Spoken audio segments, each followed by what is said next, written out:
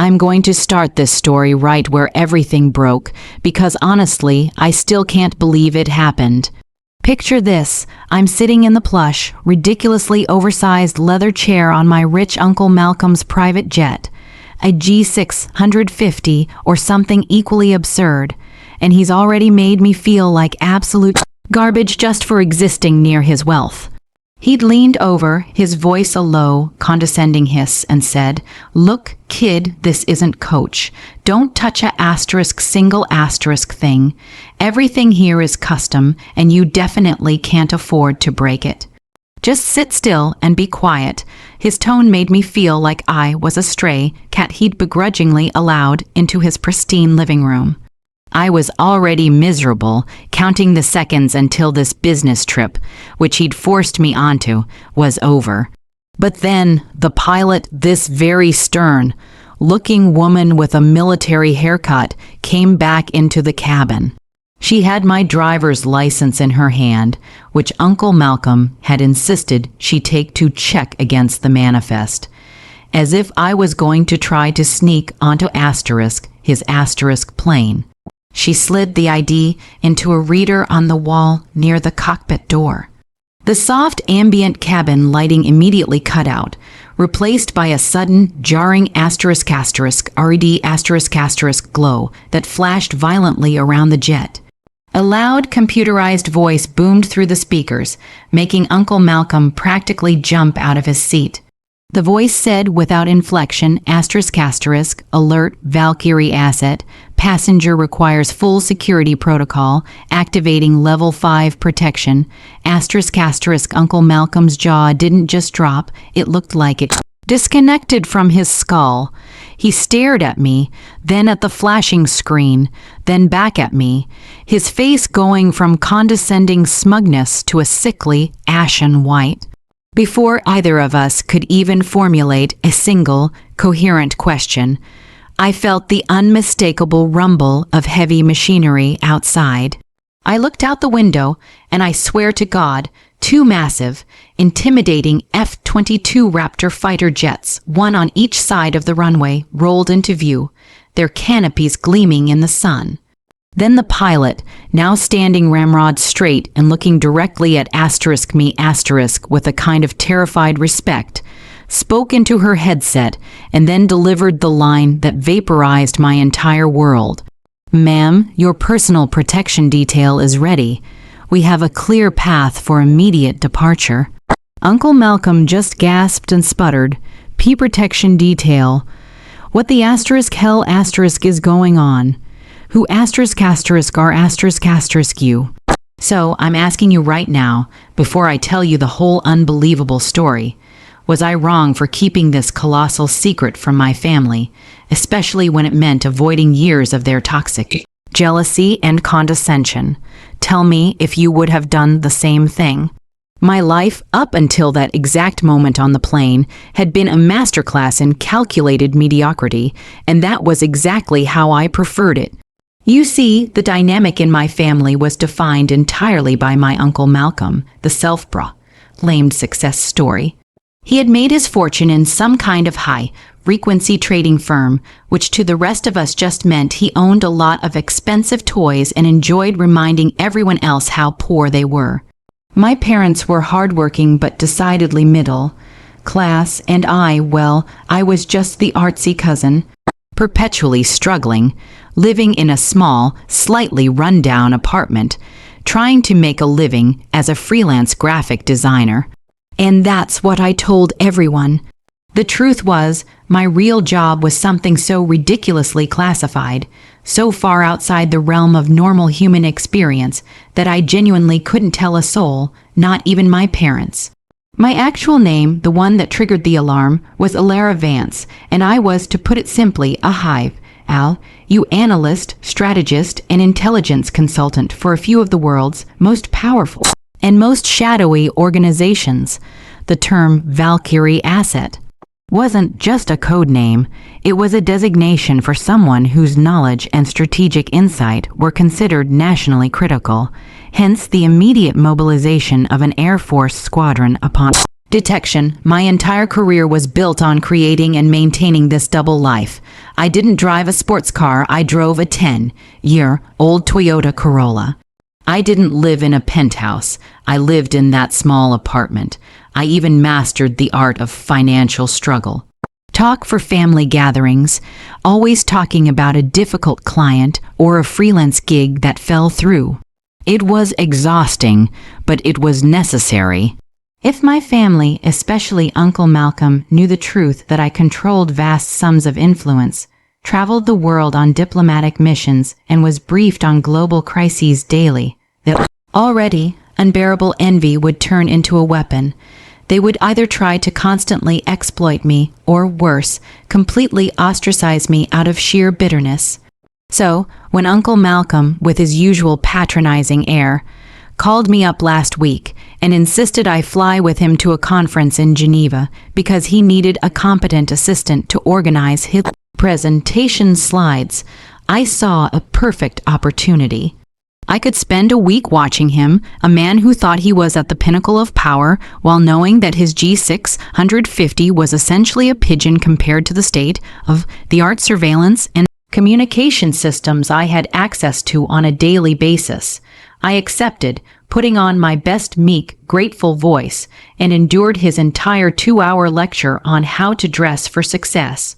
Before we even got to the airport, the flight check-in was where I made my first mistake. Normally, my security detail handles every single aspect of my travel, using completely phantom IDs and manifests that wouldn't set off a smoke detector, let alone a level 5 security alert. But because I was assisting Uncle Malcolm, he insisted I use my real ID, my public persona one, so he could expense me properly. I argued, tried to play the I forgot my wallet card, but he was so insistent and so loud about it that I finally caved, reasoning that perhaps the international manifest system wouldn't cross reference with the deep-level security protocols. I was very, very wrong. As I sat there watching the two F-22s slowly pivot their massive frames, their engines humming with controlled immense power, the pilot, whose name I now recalled was Captain Reyes, was still talking to me, bypassing Uncle Malcolm completely. "Ma'am," she said, her voice now a sharp, professional tone, "the flight plan has been overridden.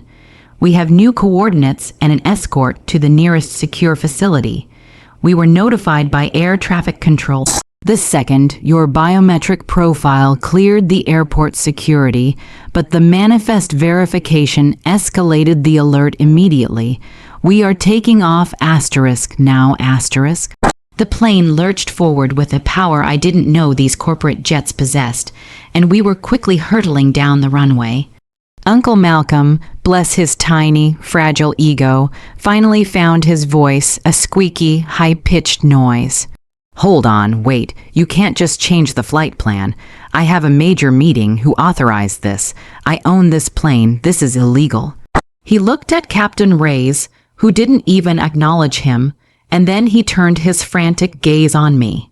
His eyes were wide with a mix of fear and dawning suspicion. "What did you do, Olara?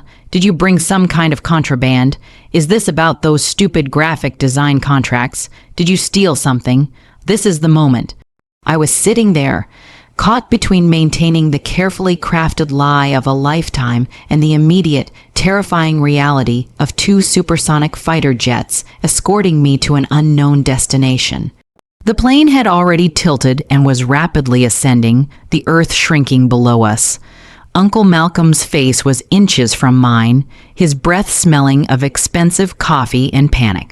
I could feel the tremendous weight of the choice: protect my identity and face a massive security breach investigation, or use this moment to finally and permanently silence his endless condescension. So that's the situation I was in, and I had to make a choice.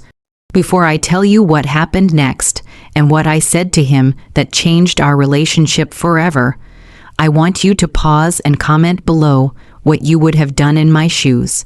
Would you have kept the lie going, or would you have dropped the biggest, most satisfying truth bomb of your life?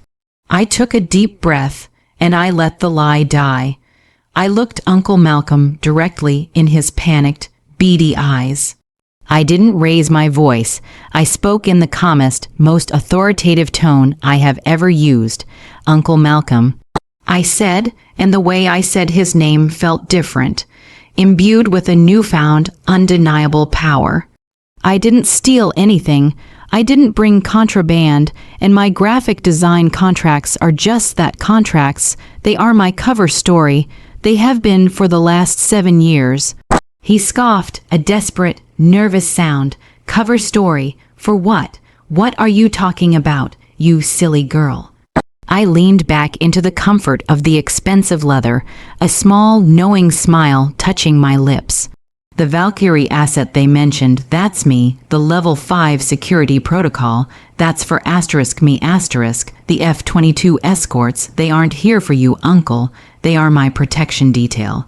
I watched with a detached fascination as the understanding dawned on him.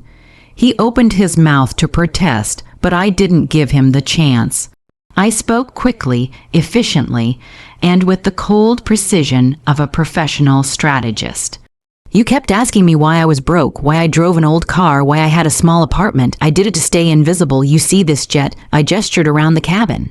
It's nice, yes, but the reason it took this long for my identity to be confirmed is that I specifically flagged my public ID in the global system to only trigger on Hive. Al, you non-military transportation like this. I needed to know who in my personal life might compromise my cover. He went silent. The blood drained from his face entirely. I continued, my voice gaining strength. You asked me to come on this trip to organize your slides and to feel superior to me. You made a point of reminding me that I couldn't afford a single thing on this plane. You were half right. I don't own this kind of jet. I command an entire fleet of them. My net worth isn't measured in liquid assets like yours. It's measured in intelligence and global influence. I watched him shrink, physically, in his seat.